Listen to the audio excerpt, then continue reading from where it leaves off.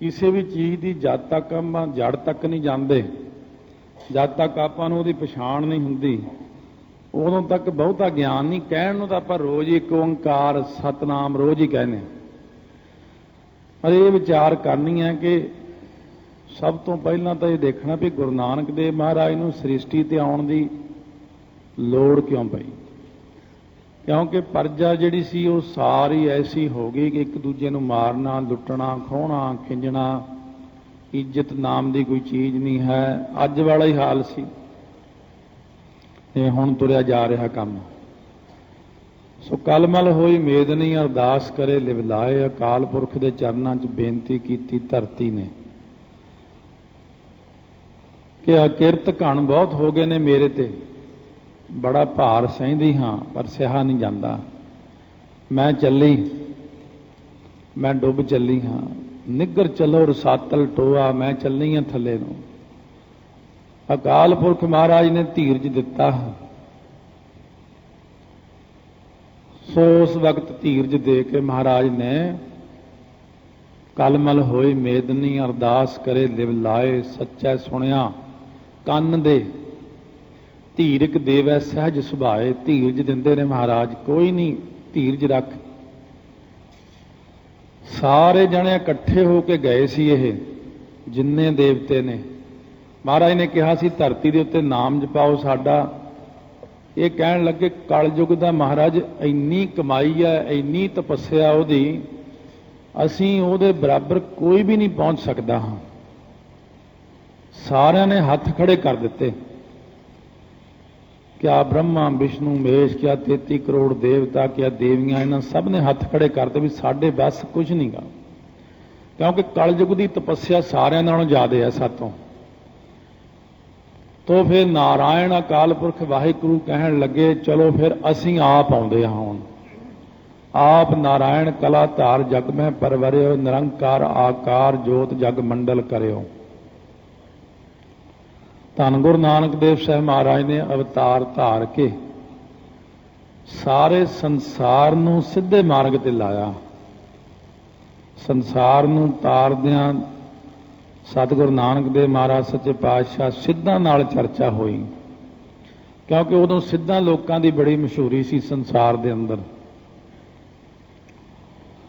ਸੋ ਗੁਰੂ ਨਾਨਕ ਦੇਵ ਮਹਾਰਾਜ ਸੱਚੇ ਪਾਤਸ਼ਾਹ ਦਾ ਜਿਹੜਾ ਅਵਤਾਰ ਹੈ, ਅਕਾਲ ਪੁਰਖ ਆਪ ਵਾਹਿਗੁਰੂ ਨੇ ਅਵਤਾਰ ਧਾਰਿਆ ਹੈ। ਹੁਣ ਅਵਤਾਰਾਂ ਦੀ ਜਿਹੜੀ ਗਿਣਤੀ ਹੁੰਦੀ ਹੈ ਉਹ 6 ਪ੍ਰਕਾਰ ਦੇ ਅਵਤਾਰ ਮੰਨੇ ਨੇ। ਇੱਕ ਹੁੰਦੇ ਨੇ ਅੰਸਾ ਅਵਤਾਰ, ਜਿਵੇਂ ਰਾਜੇ ਖਾਸ ਕਿਸਮ ਦੇ ਭਗਤੀ ਵਾਲੇ ਪਿਰਥੂ, ਮੰਨੂ, ਰਘੂ, ਦਲੀਪ ਆਦਿਕ ਰਾਜੇ ਹੋਏ ਨੇ। ਇਹ ਪਰਮੇਸ਼ਰ ਦੀ ਅੰਸ਼ ਵਿੱਚੋਂ ਹੀ ਹੁੰਦੇ ਨੇ। ਸਾਰੀ ਪਰਜਾ ਨੂੰ ਇਉਂ ਪਾਲਦੇ ਨੇ ਜਿਵੇਂ ਪਰਜਾ ਬੱਚੇ ਹੁੰਦੀ ਹੈ, ਤੇ ਆਪ ਉਹਨਾਂ ਦਾ ਦੁੱਖ ਸਹਾਰਦੇ ਨੇ। ਪਰਮੇਸ਼ਰ ਦੀ ਅੰਸ਼ ਵਿੱਚੋਂ ਰਾਜੇ ਹੋ ਕੇ ਬਣਨਾ ਅੰਸਾ ਅਵਤਾਰ।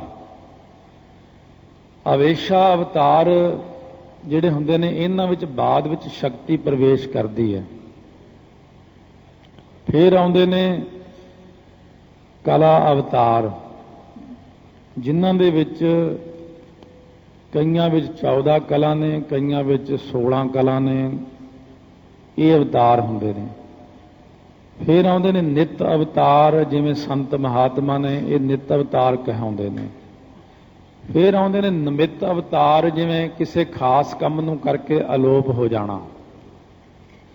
ਜਿਵੇਂ ਹਰਨਾਕਸ਼ ਦੁਸ਼ਟ ਹਰ ਮਾਰਿਆ, ਪ੍ਰਹਿਲਾਦ ਤਰਾਇਆ, ਫਿਰ ਅਲੋਪ ਹੋ ਗਏ। ਉਹਨਾਂ ਕੀ ਕੰਮ ਕਰਦੇ ਹੁੰਦੇ ਨੇ, ਫਿਰ ਚਲੇ ਜਾਂਦੇ ਨੇ ਵਾਪਸ। ਫਿਰ ਇੱਕ ਨੇ ਪੂਰਨ ਅਵਤਾਰ।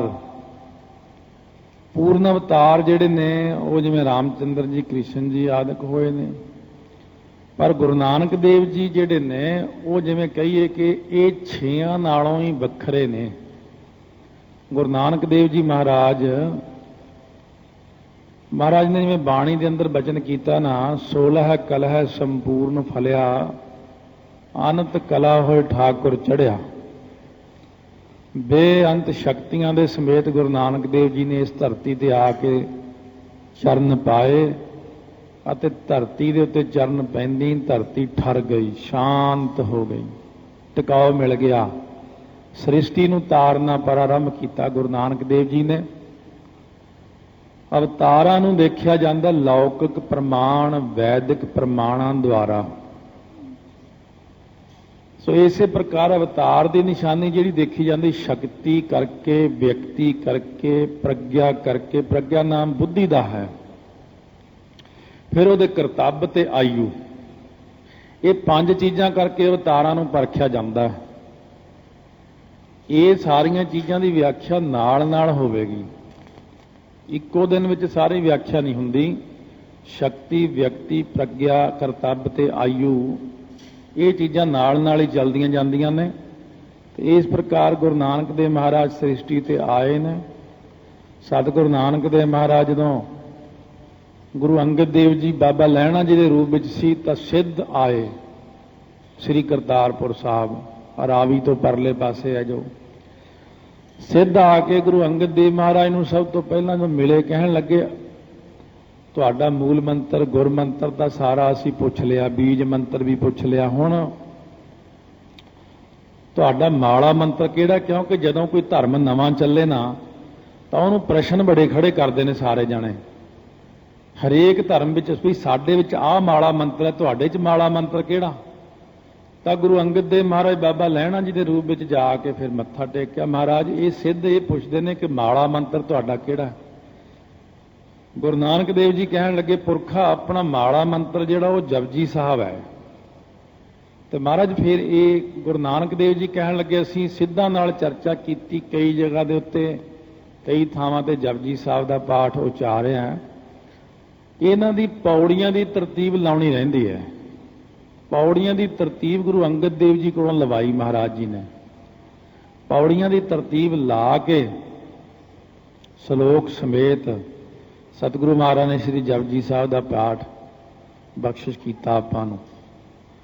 ਸੋ ਜਦੋਂ ਮਹਾਰਾਜ ਸੱਚੇ ਪਾਤਸ਼ਾਹ ਕਹਿਣ ਲੱਗੇ ਕਿ ਅਸੀਂ ਸੁਮੇਰ ਪਰਬਤ ਤੇ ਗਏ, ਸਿੱਧਾਂ ਦੇ ਨਾਲ ਚਰਚਾ ਕੀਤੀ, ਤਾਂ ਜਿਹੜੇ ਸਿੱਧਾਂ ਨੇ ਸਾਨੂੰ ਪ੍ਰਸ਼ਨ ਕੀਤੇ, ਪ੍ਰਸ਼ਨਾਂ ਦੇ ਵਿੱਚ ਜਿਹੜਾ ਸਿੱਧਾਂ ਨੇ ਇਹ ਬਚਨ ਕੀਤਾ ਸੀ ਕਿ ਇਹ ਜਿਹੜਾ ਤੁਸੀਂ ਕਹਿੰਦੇ ਹੋ ਕਿ ਇੱਕ ਓੰਕਾਰ,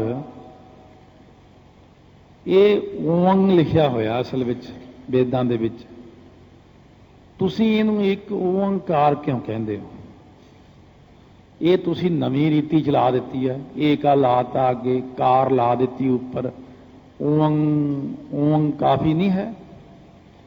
ਤਾਂ ਗੁਰੂ ਨਾਨਕ ਦੇਵ ਮਹਾਰਾਜ ਸੱਚੇ ਪਾਤਸ਼ਾਹ ਕਹਿਣ ਲੱਗੇ ਇਹ ਜਿਹੜਾ ਓੰਗ ਹੈ ਨਾ, ਇਹ ਤ੍ਰਿਧਾ ਰੂਪ ਹੈ।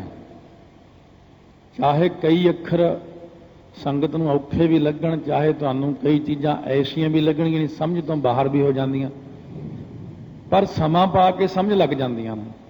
ਪਰ ਇਹ ਹੈ ਵੀ ਇੰਨੀ ਜਾਣਕਾਰੀ ਹੋਣੀ ਆਪਣੇ ਲਈ ਬੜੀ ਜ਼ਰੂਰੀ ਹੈ, ਕਿਉਂਕਿ ਤੁਹਾਡੀ ਆਪਸ ਵਿੱਚ ਚਰਚਾ ਤਾਂ ਹੁੰਦੀ, ਕਦੇ ਬਾਹਰਲੇ ਨਾਲ ਚਰਚਾ ਕਦੇ ਹੋ ਜੇ ਨਾ, ਫਿਰ ਇਹਨਾਂ ਚੀਜ਼ਾਂ ਦੀ ਬੜੀ ਲੋੜ ਪੈਂਦੀ।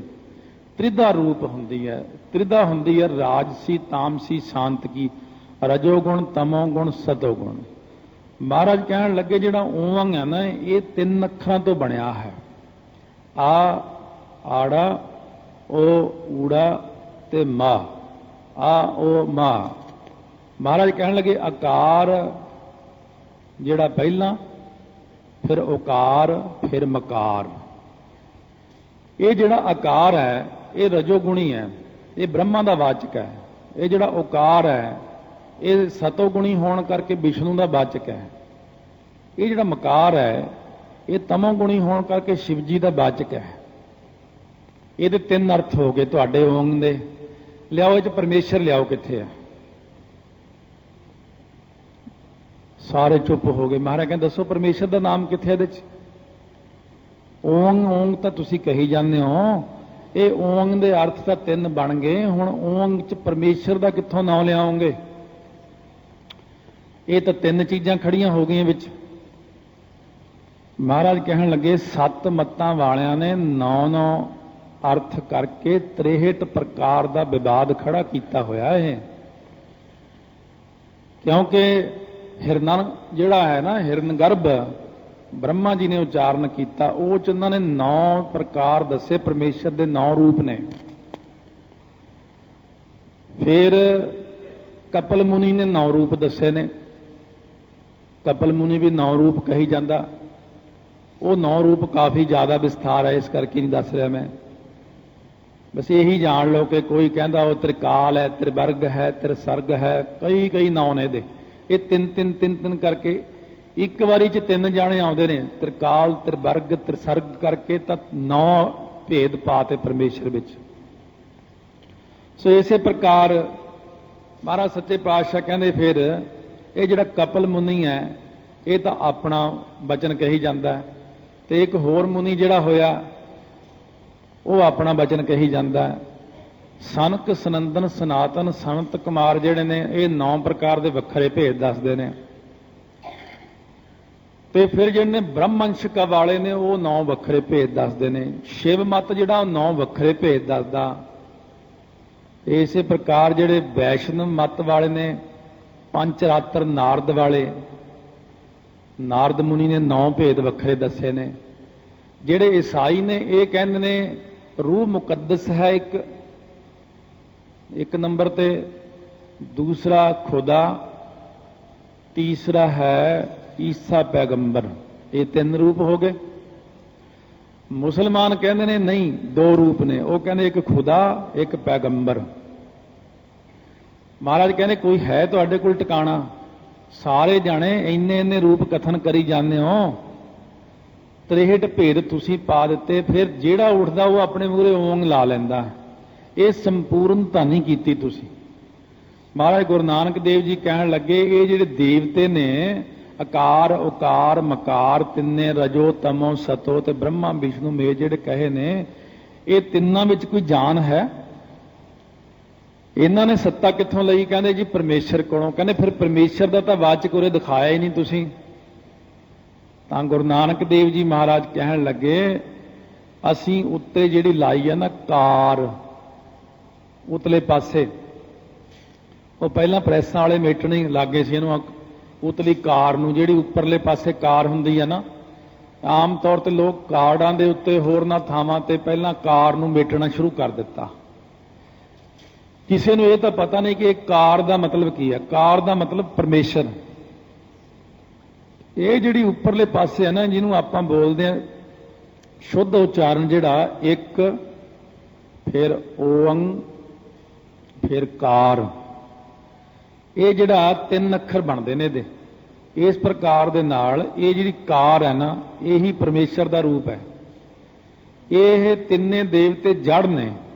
जड़ वो चीज़ हुंदी है जिहड़ी बेजान होवे, जिह च अपने विच कोई सत्ता नहीं, कोई जान नहीं, जिहड़ी बाहरों जान लवे। ये तिन्नां देवतियां नूं प्रकाश वाहिगुरू आप है, तिन्नां देवतियां नूं प्रकाश देण वाला। एका माई जुगत व्याई 3 चेले परवान, एक संसारी एक भंडारी एक लाए दीवान। जिव तिस भावै, जिवें उस वाहिगुरू नूं भाउंदा तिवै चलावै उवें चलाउंदा इन्हां नूं। जिव होवै फुरमान, जिवें उहदा फुरमान अकाल पुरख दा हुंदा ओह वेखै, ਉਹ ਵਾਹਿਗੁਰੂ ਦੇਖਦਾ, ਉਹਨਾਂ ਨਜ਼ਰ ਨਾ ਆਵੇ, ਉਹਨਾਂ ਤਿੰਨਾਂ ਨੂੰ ਨਜ਼ਰ ਨਹੀਂ ਆਉਂਦਾ। ਉਹ ਬਹੁਤਾ ਇਹੋ ਵਿਡਾਣ, ਇਹੀ ਤਾਂ ਹੈਰਾਨੀ ਦੀ ਗੱਲ ਹੈ। ਮਹਾਰਾਜ ਕਹਿੰਦੇ ਜਿਹੜੀ ਉੱਪਰਲੀ ਕਾਰ ਹੈ ਨਾ, ਪਰਮੇਸ਼ਰ ਦੀ ਕਾਰ, ਕਾਰੀ ਕੱਢੀ ਕਿਆ ਥੀ ਹੈ, ਜਾਂ ਚਾਰੇ ਬੈਠੀਆਂ ਨਾਲ ਦੇ ਕੇ ਚੌਂਕਾ ਕੱਢੀ ਕਾਰ, ਉੱਪਰ ਆਏ ਬੈਠੇ ਕੂੜਿਆਰ। ਕਾਰ ਦਾ ਮਤਲਬ ਲਾਈਨ। ਲਾਈਨ ਜਿਹੜੀ ਉਹ ਮੁੱਕਦੀ ਨਹੀਂ। ਲਾਈਨ ਤੁਸੀਂ ਖਿੱਚਣੀ ਸ਼ੁਰੂ ਕਰ ਦਿਓ, ਭਾਵੇਂ ਸਾਰੀ ਧਰਤੀ ਦੀ ਖਿੱਚ ਦਿਓ, ਭਾਵੇਂ ਸਾਰੀ ਧਰਤੀ ਦੇ ਦੁਆਲੇ ਖਿੱਚ ਦਿਓ, ਫਿਰ ਦੂਜੀ ਲਾਈਨ ਖਿੱਚ ਦਿਓ। ਲਾਈਨ ਕਿਹੜਾ ਮੁੱਕਣੀ ਕਦੇ। ਲਾਈਨ ਦਾ ਮਤਲਬ ਹੁੰਦਾ ਕੰਟੀਨਿਊਸ, ਲਗਾਤਾਰ ਚੱਲਣ ਵਾਲਾ ਕੌਣ ਹੈ? ਅਕਾਲ ਪੁਰਖ ਵਾਹਿਗੁਰੂ। ਇਸ ਕਰਕੇ ਉੱਪਰ ਕਾਰ ਲਾਈ ਹੈ। ਇਹ ਕਾਰ ਹੀ ਇਹਦਾ ਕਾਰਨ ਰੂਪ ਹੈ ਓੰਗ ਦਾ। ਇਹ ਕਾਰ ਹੀ ਇਹਦਾ ਕਾਰਜ ਰੂਪ ਹੈ। ਓੰਗ ਦਾ ਕਾਰਜ ਰੂਪ ਵੀ ਇਹ ਜਿਹੜਾ ਮਹਾਰਾਜ ਨੇ ਕਾਰ ਲਾਈ ਹੈ, ਕਾਰਨ ਅਤੇ ਕਾਰਜ ਦੋਵੇਂ ਹੀ ਇਸ ਕਾਰ ਨੇ ਬਣਾਏ ਨੇ। ਇਹ ਮਹਾਰਾਜ ਦੀ ਸਿੱਧਾਂ ਨਾਲ ਚਰਚਾ ਹੋ ਰਹੀ। ਕਿਉਂ? ਸਿੱਧ ਜਿਹੜੇ ਨੇ ਉਹ ਵੀ ਘੱਟ ਨਹੀਂ ਹੈ, ਅੱਗਿਓਂ ਬੜੀ ਪਹੁੰਚੀਆਂ ਹਸਤੀਆਂ ਨੇ, ਉਹ ਬੜੇ ਦਿਮਾਗ ਵਾਲੇ ਨੇ, ਬੜੀਆਂ ਰਿੱਧੀਆਂ ਸਿੱਧੀਆਂ ਦੇ ਮਾਲਕ ਨੇ। ਛੋਟਾ ਮੋਟਾ ਬੰਦੇ ਨਾਲ ਤਾਂ ਗੁਰੂ ਨਾਨਕ ਦੇਵ ਜੀ ਨੇ ਕੀ ਚਰਚਾ ਕਰਨੀ, ਉਹਨਾਂ ਨੂੰ ਸਿੱਧੇ ਰਾਹ ਤੇ ਲਾਉਣਾ ਹੈ। ਮਹਾਰਾਜ ਦਾ ਇਹ ਵੀ ਨਿਸ਼ਾਨਾ ਨਹੀਂ ਕਿ ਇਹਨਾਂ ਨੂੰ ਹਰਾਉਣਾ, ਮੈਂ ਹਰਾਉਣਾ ਵੀ ਨਹੀਂ, ਸਹੀ ਦੱਸ ਕੇ ਸੇਧ ਦੇ ਕੇ ਸਿੱਧੇ ਮਾਰਗ ਦੇ ਉੱਤੇ ਗੁਰੂ ਨਾਨਕ ਦੇਵ ਜੀ ਨੇ ਉਹਨਾਂ ਨੂੰ ਲਾਇਆ। महाराज कहने भाई ये इस करके असीं लाया ये चीज़ जदों असीं देखिया कि ये विवाद ने इहदे विच तां असीं इहदे अगे लाया एक बई साडा जिहड़ा सिद्धांत है ये द्वैश वाला नहीं है आ द्वैत मत है साडा द्वैश तो रहत। महाराज कहने अच्छा इउं दसो ओंग पढ़न दा हक किहनूं है कहंदे जी ब्राह्मण नूं ते खत्तरी नूं कहंदे खत्तरी सुन सकदा ओंग अच्छा ते जिहड़े वैश ने ते शूद्र ने कहंदे वो ना इहनूं पढ़ सकदे ने ना इहनूं सुन सकदे ने। अच्छा महाराज कहने जिहड़े ब्राह्मण ने इन्हां ने घरां वालियां तां हक होना कहंदे ना जी ना वो इहनूं पढ़ सकदियां ना सुन सकदियां। कहंदे फिर जिहड़े खत्तरी ने कहंदे उन्हां ने घरां वालियां नूं भी हक नहीं। महाराज कहने फिर जिहड़े शूद्र ते वैश ने कहने उन्हां दीयां घरां वालियां नूं भी हक नहीं। महाराज कहने फिर इहदा मतलब ओंग तां ब्राह्मणां दा ही होया ओंग नूं तां सिर्फ ब्राह्मण ही जप सकदा। तां असीं तां फिर इहदे अगे ला दिता एक साडा तां मत हो गया अद्वैत सिद्धांत असीं उपर लाता कार असीं तिन्नां देवतियां तो भी जो उपर है वाहिगुरू वो कार दा संकेत बना दिता। असीं एक ओंकार नूं ऐसा बना दिता कि जिवें बदलां दी बरसात हरेक जगह बिना वितकरे पैंदी आ ना लो इहनूं कोई अनपढ़ पढ़े कोई पढ़िया लिखिया पढ़े कोई उच्चा पढ़े कोई नीवा पढ़े कोई माई पढ़े कोई भाई पढ़े कोई बच्चा पढ़े कोई भी आखेगा ना एक ओंकार उहदा ही भला होएगा। महाराज कहने असीं वितकरा रखे ही कोई नहीं तुसीं वितकरे रख के लोकां नूं कहदे हो तू नरकां नूं जाएगा तू फलाने थां नूं जाएगा तुसीं संसार नूं तारन दा कोई ढंग ही नहीं बनाया। कहण लगे महाराज इहदे च व्याकरण है महाराज कहंदे है कहने व्याकरण अनुसार इहनूं सिद्ध करो। महाराज कहने अव आड़ा ते वावा अव जिहड़ी धातु तो बनिया मन्निया है अव दा मतलब की है कहंदे रखिया। कहंदे फिर जिहड़ा ओंकार है ये की करदा है कहंदे रखिया। महाराज कहने एक ओंकार जिहड़ा ये रखिया करदा है उच्चारण मात्र नाल ही इस करके व्याकरण अनुसार एक ओंकार बिल्कुल सही है एक ओंकार व्याकरण अनुसार बिल्कुल सही लिखिया सी। सो इस करके सतगुरु महाराज कहंदे ने असीं अपने वल्लों अपने सारे पासे ते असीं एक दा ही उच्चारण करते हाँ असीं एक दा ही कथन करते हाँ एक दी ही पूजा करते हाँ एक दा ही सेवक हाँ ते साडी संगत नूं असीं एक दे सेवक बनाउंदे हाँ। महाराज कहंदे मैं अपना सेवक नहीं बनाउंदा किसे नूं मैं नहीं कहंदा कि मैनू मन्नो तुसीं सिद्ध लोग तां कहने हो ना मैनू मन्नो मेरे पैरां दी पूजा करो मैनू मत्था टेको गोरख नूं मत्था टेको। महाराज कहने मैं कदे भी नहीं कहंदा मैं कहना एक नूं मन्नो एक दे सेवक बनो एक अकाल दे पुजारी बनो एकम एकंकार निराला एको जप एको साला है। इस करके महाराज कहने असीं तां कहने एक दे पुजारी बनाउंदे हां सारिआं नूं असीं किसे नाल वखरेवा नहीं रखदे। महाराज सच्चे पातशाह नूं कहण लगे ये जिहड़ा ओं अखर आपने कहा ओंकार फिर ये बनिया कित्थों। महाराज गुरु नानक देव जी कहण लगे परमेश्वर ने जदों सृष्टि बनाई है उदों किहड़ी पंक्ति पढ़ी सी की सोचिया सी मन च कहंदे इहदा पता तुहानूं। कहण लगे हाँ जी इन्ना क तां पता है एको हंग श्यामा बहु परजा जाए एक तो मैं बहुते रूप हो जावां ये कहा सी उन्हां ने। महाराज कहते जिहड़ा एको हंग अखर है ना ये विचों ही ओंकार ने जन्म लिया। महाराज वो किवें कहंदे जिहड़ा एको को अखर है ना जिहड़ा ये चों जन्म लैंदा ओकार जिहड़ा एको हंग अखर है ना ये चों जन्म लैंदे दो अखर आकार ते मकार ये विचों ही असीं लिया है कार अर्ध बिंद पहचान। ये जड़ा ना आकार उकार मकार अर्ध बिंद पहचान चारों को समुदाय जो ओंकार पहचान ये चारां दा समुदाय बनता है ओंकार। इस करके इन्हां जिहड़ा परमेश्वर दा ये अखर है ना एको हंग ਇਹਦੇ ਵਿੱਚੋਂ ਹੀ ਓਮ ਨੇ ਜਨਮ ਲਿਆ ਹੈ। ਓੰਕਾਰ ਅਸੀਂ ਬਣਾ ਕੇ ਆਪਣੇ ਪਿਆਰਿਆਂ ਨੂੰ ਬਖਸ਼ਿਸ਼ ਕੀਤਾ ਹੈ। ਇੱਕ ਓੰਕਾਰ ਹੁਣ ਇਹਨੂੰ ਜਰਾ ਸੋਚ ਕੇ ਕਹਿਣਾ ਆਪਾਂ ਨੇ। ਜਦੋਂ ਤੱਕ ਤਾਂ ਗਿਆਨ ਨਹੀਂ ਹੁੰਦਾ ਆਪਾਂ ਨੂੰ ਇੱਕ ਓੰਕਾਰ ਦਾ, ਉਦੋਂ ਤੱਕ ਤਾਂ ਆਪਾਂ ਮੇਰਾ ਖਿਆਲ ਇੱਕ ਓੰਕਾਰ ਵੱਲ ਕਦੇ ਧਿਆਨ ਵੀ ਨਹੀਂ ਦਿੱਤਾ ਹੋਣਾ ਇਹਨਾਂ, ਕਿਉਂਕਿ ਇੱਕ ਓੰਕਾਰ ਤਾਂ ਸਭ ਤੋਂ ਸ਼ੁਰੂ ਚ ਆਉਂਦਾ ਨਾ। ਇਹ ਤਾਂ ਆਪਾਂ ਹਮੇਸ਼ਾ ਹੀ ਇਉਂ ਹੀ ਕਹਿ ਕੇ ਲੰਘ ਇੱਕ ਓੰਕਾਰ ਸਤਨਾਮ ਕਰਤਾ ਪੁਰਖ, ਇੱਕ ਓੰਕਾਰ ਵਿੱਚ ਖਾਸ ਧਿਆਨ ਨਹੀਂ ਗਿਆ ਆਪਣਾ ਕਦੇ। ਪਰ ਅੱਜ ਦੇ ਇਸ ਵਿਚਾਰ ਨਾਲ ਸੰਗਤ ਦਾ ਧਿਆਨ ਵਿਸ਼ੇਸ਼ ਜਾਵੇਗਾ ਕਿ ਇੱਕ ਕਿਉਂ ਲਾਇਆ ਹੈ। ਇੱਕ ਗੁਰੂ ਨਾਨਕ ਦੇਵ ਜੀ ਨੇ ਕਿਉਂ ਲਾਇਆ? ਕਿਉਂਕਿ ਪਰਮੇਸ਼ਰ ਕੇਵਲ ਇੱਕੋ ਇੱਕ ਹੈ, ਅਦਵੈਤ ਸਿਧਾਂਤ ਹੈ, ਈਰਖਾ ਵਾਲਾ ਮਤ ਨਹੀਂ ਹੈ। ਓੰ ਅੱਖਰ ਕੱਲੇ ਨੂੰ ਕਾਰ ਲਾ ਕੇ ਉੱਤੇ ਪਰਮੇਸ਼ਰ ਨੂੰ ਬਣਾਇਆ ਹੈ। ਤਿੰਨ ਦੇਵਤੇ ਜੜ ਰੂਪ ਨੇ, ਇਹਨਾਂ ਨੂੰ ਸ਼ਕਤੀ ਦੇਣ ਲਈ ਕਾਰ ਆਪਣਾ ਕਰਮ ਕਰਦੀ ਹੈ। ਇਸ ਕਰਕੇ ਗੁਰੂ ਨਾਨਕ ਦੇਵ ਮਹਾਰਾਜ ਸੱਚੇ ਪਾਤਸ਼ਾਹ ਨੇ ਜਿਹੜਾ ਅੱਖਰ ਬਣਾਇਆ ਹੈ ਇੱਕ ਓੰਕਾਰ।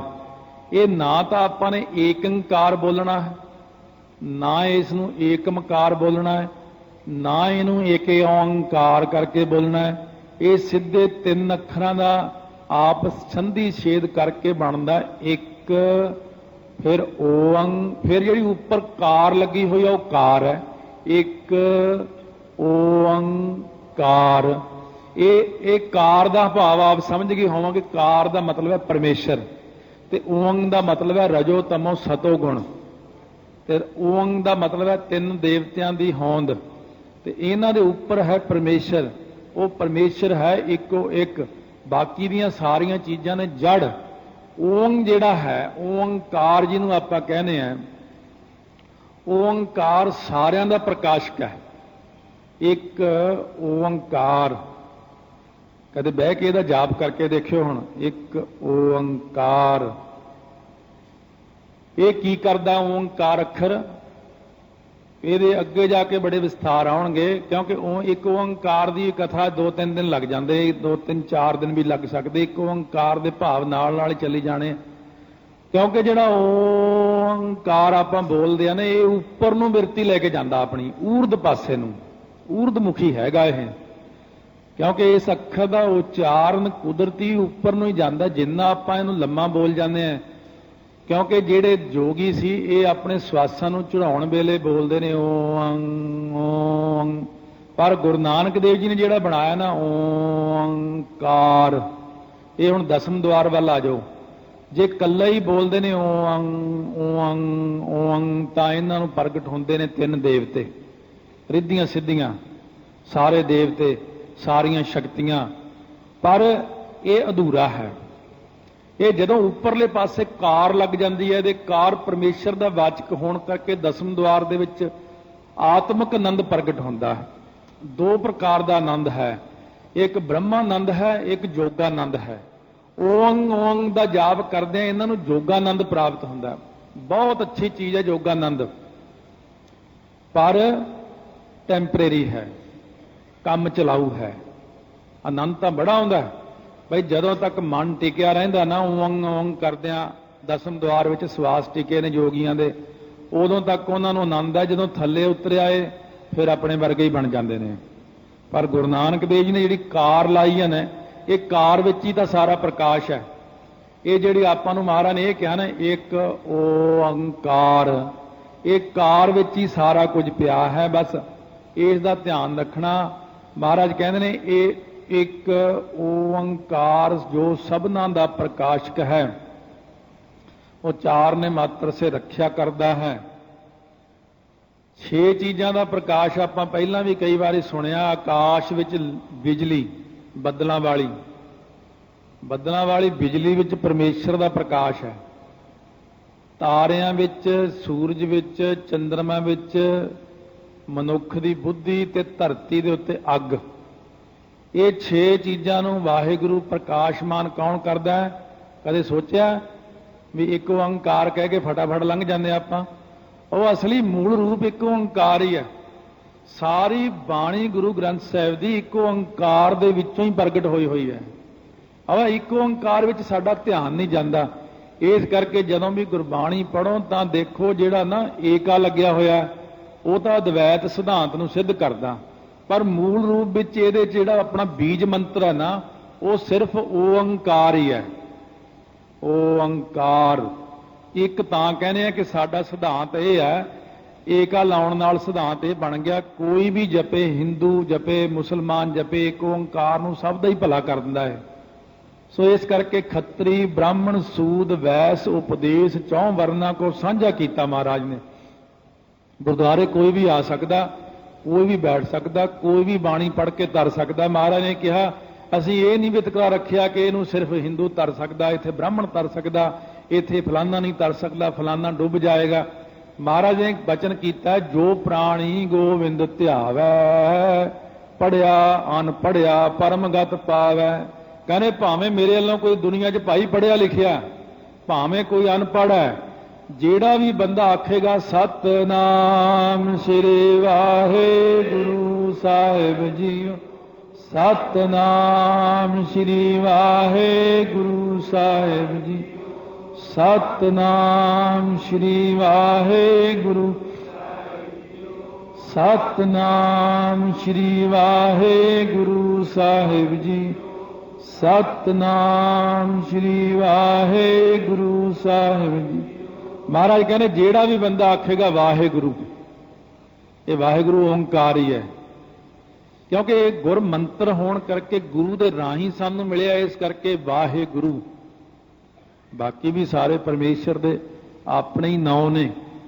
ਕੋਈ ਆਪਣੇ ਆਪ ਨੂੰ ਗੋਬਿੰਦ ਕਹਾਈ ਜਾਵੇ, ਕੋਈ ਰਾਮ ਕਹਾਈ ਜਾਵੇ, ਕੋਈ ਆਪਣੇ ਆਪ ਨੂੰ ਕੁਛ ਕਹਾਈ ਜਾਵੇ, ਪਰ ਨਾਰਾਇਣ ਕਹਾਈ ਜਾਵੇ, ਇਹ ਸਾਰੇ ਨਾਮ ਪਰਮੇਸ਼ਰ ਦੇ ਆਪਣੇ ਹੀ ਨੇ।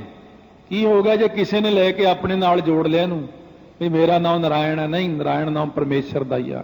ਮਹਾਰਾਜ ਕਹਿੰਦੇ ਮੇਰਾ ਹੀ ਨਾਮ ਹੈ ਨਾਰਾਇਣ, ਮੈਂ ਹੀ ਗੋਬਿੰਦ ਹਾਂ, ਮੈਂ ਹੀ ਸਾਰੇ ਰੂਪਾਂ ਵਿੱਚ ਬੈਠਾ ਹਾਂ। ਇਸ ਕਰਕੇ ਉਸੇ ਨੂੰ ਹੀ ਦੇਖਣਾ ਨਾਮ ਜਪਦਿਆਂ। ਮਹਾਰਾਜ ਕਹਿੰਦੇ ਇੱਕ ਓੰਕਾਰ, ਜੋ ਓੰਕਾਰ ਸਾਰਿਆਂ ਦਾ ਪ੍ਰਕਾਸ਼ਕ ਹੈ, ਇੱਕ ਓੰਕਾਰ ਦਾ ਝਲਕਾਰਾ ਝੱਲਣਾ ਔਖਾ ਹੈ। ਕੱਲੇ ਓੰਕਾਰ ਦਾ ਜਾਪ ਜ਼ਿਆਦਾ ਨਹੀਂ ਕਰਨਾ, ਵਾਹਿਗੁਰੂ ਮੰਤਰ ਦਾ ਜਾਪ ਜ਼ਿਆਦਾ ਕਰਨਾ, ਕਿਉਂਕਿ ਇਹ ਗੁਰਮੰਤਰ ਗੁਰੂ ਸਾਹਿਬ ਨੇ ਦਿੱਤਾ ਹੈ। ਇੱਕ ਓੰਕਾਰ ਕੱਲੇ ਦਾ ਜਾਪ ਜਿਹੜਾ, ਇਹਦਾ ਲਿਸ਼ਕਾਰਾ ਝੱਲਣਾ ਇੰਨਾ ਔਖਾ ਹੋ ਜਾਣਾ ਤੁਹਾਨੂੰ ਵੀ ਸੰਭਾਲਿਆ ਨਹੀਂ ਜਾਣਾ ਫਿਰ। ਇਸ ਕਰਕੇ ਇਹਦੇ ਨਾਲ ਇੰਨਾ ਕੁਛ ਅੱਗੇ ਹੋਰ ਲਾਇਆ, ਸਤਨਾਮ ਕਰਤਾ ਪੁਰਖ ਨਿਰਭਉ ਨਿਰਵੈਰ, ਤਾਈਓ ਅੱਗੇ ਤੱਕ ਲਾਇਆ ਨਾਲ। ਇਹ ਸਤਿਗੁਰੂ ਮਹਾਰਾਜ ਸੱਚੇ ਪਾਤਸ਼ਾਹ ਕਹਿੰਦੇ ਨੇ ਜਿਹੜਾ ਵੀ ਉਚਾਰਨ ਕਰੇਗਾ ਇੱਕ ਓੰਕਾਰ, ਉਹਦੀ ਉਸੇ ਵਕਤ ਹੀ ਰੱਖਿਆ ਸ਼ੁਰੂ ਕਰ ਦਿੰਦੇ ਨੇ ਕਿ ਮੇਰਾ ਹੈ, ਮੇਰਾ ਸਿਮਰਨ ਕਰਦਾ ਹੈ। ਤਾਂ ਸਤਿਗੁਰੂ ਮਹਾਰਾਜ ਸੱਚੇ ਪਾਤਸ਼ਾਹ ਨੇ ਆਪਾਂ ਨੂੰ ਬਖਸ਼ਿਸ਼ਾਂ ਕੀਤੀਆਂ ਨੇ। ਧੰਨ ਗੁਰੂ ਹਰਗੋਬਿੰਦ ਸਾਹਿਬ ਮਹਾਰਾਜ ਨੇ ਸੱਚੇ ਪਾਤਸ਼ਾਹ ਨੇ ਮਿਹਰ ਕੀਤੀ ਹੈ। ਭਾਈ ਗੋਪਾਲਾ ਜੀ ਤੋਂ ਜਪਜੀ ਸਾਹਿਬ ਦਾ ਸ਼ੁੱਧ ਪਾਠ ਲਗਾ ਮਾਤਰਾ ਐਨ ਟਿਕ ਟਕਾ ਕੇ ਸ਼ੁੱਧ ਮਨ ਦੇ ਨਾਲ ਸ਼ੁੱਧ ਹੋ ਕੇ 1.25 ਫੁੱਟ ਉੱਚਾ ਬਿਠਾਇਆ ਸੀ ਆਪਣੇ ਸਾਹਮਣੇ ਮਹਾਰਾਜ ਨੇ ਭਾਈ ਗੋਪਾਲੇ ਨੂੰ। ਗੁਰਤਾ ਗੱਦੀ ਤੋਂ ਵੀ 1.25 ਫੁੱਟ ਉੱਚਾ ਬਿਠਾ ਕੇ ਜਦੋਂ ਭਾਈ ਗੋਪਾਲਾ ਜੀ ਨੇ ਕਿਹਾ ਇੱਕ ਓੰਕਾਰ ਸਤਨਾਮ, ਮਹਾਰਾਜ ਨੇ ਉਦੋਂ ਹੀ ਮੱਥਾ ਟੇਕ ਦਿੱਤਾ, ਨਮਸਕਾਰ ਕਰ ਦਿੱਤੀ। ਕਿਹਨੂੰ? ਗੁਰਬਾਣੀ ਨੂੰ। ਕਿਹਨੂੰ? ਇੱਕ ਓੰਕਾਰ ਨੂੰ। ਮਹਾਰਾਜ ਨੇ ਨਮਸਕਾਰ ਕੀਤੀ। ਕਿਉਂ? ਦੇਖੋ ਗੁਰਬਾਣੀ ਦਾ ਸਤਿਕਾਰ ਰੱਖਦਿਆਂ ਹੋਇਆਂ ਆਪਣੇ ਨਾਲੋਂ ਵੀ 1.25 ਫੁੱਟ 1.25 ਗਿੱਠ ਉੱਚੇ ਬਿਠਾਉਣਾ, ਇਹ ਪਹਿਲਾਂ ਤਾਂ ਗੁਰਬਾਣੀ ਦਾ ਕਿੰਨਾ ਸਤਿਕਾਰ ਹੈ। ਫਿਰ ਉਚਾਰਨ ਮਹਾਰਾਜ ਨੇ ਕਿਹਾ ਸ਼ੁੱਧ ਹੋਵੇਗਾ ਜਿਹਦਾ, ਸ਼ੁੱਧ ਮਨ ਦੇ ਨਾਲ ਪੜ੍ਹੇਗਾ। ਗੁਰਤਾ ਗੱਦੀ ਦੇਣ ਤੱਕ ਤਿਆਰ ਹੋ ਗਏ ਸੀ ਮਹਾਰਾਜ, ਪਰ ਭਾਈ ਦਾ ਸੰਕਲਪ ਉੱਠ ਗਿਆ ਘੋੜੇ ਦਾ, ਇਸ ਕਰਕੇ ਉਹਨੂੰ ਬਹੁਤ ਕੁਝ ਬ੍ਰਹਮ ਗਿਆਨ ਵੀ ਦੇਤਾ ਸੀ ਮਹਾਰਾਜ ਨੇ, ਸਾਰੀਆਂ ਬਖਸ਼ਿਸ਼ਾਂ ਕਰ ਦਿੱਤੀਆਂ। ਧੰਨ ਗੁਰੂ ਹਰਗੋਬਿੰਦ ਸਾਹਿਬ ਮਹਾਰਾਜ। ਆਪਾਂ ਵੀ ਜਪਜੀ ਸਾਹਿਬ ਦਾ ਸ਼ੁੱਧ ਪਾਠ ਸਿੱਖਣ ਦਾ ਯਤਨ ਕਰ ਰਹੇ ਹਾਂ, ਇਹ ਜਾਣਨ ਦਾ ਯਤਨ ਕਰ ਰਹੇ ਹਾਂ ਕਿ ਇਹਦੀ ਜੜ ਕਿੱਥੇ ਹੈ, ਇੱਕ ਦੀ ਜੜ ਕਿੱਥੇ, ਓੰਕਾਰ ਅੱਖਰ ਬਣਿਆ ਕਿੱਥੋਂ। ਹੁਣ ਆਪਾਂ ਨੂੰ ਇਹ ਤਾਂ ਪਤਾ ਲੱਗ ਗਿਆ ਨਾ ਕਿ ਇੱਕ ਓਹੰ ਅੱਖਰ ਤੋਂ ਓੰਕਾਰ ਪ੍ਰਗਟ ਹੋਇਆ। ਇਸ ਕਰਕੇ ਆਪਾਂ ਨੂੰ ਅਗਰ ਕਦੇ ਵੀ ਕਿਤੇ ਵੀ ਚਰਚਾ ਹੋ ਜਾਏ ਆਪਣੀ ਗੁਰਸਿੱਖਾਂ ਦੇ ਵਿੱਚ ਨਹੀਂ, ਬਾਹਰਲੇ ਮੱਤਾਂ ਵਿੱਚ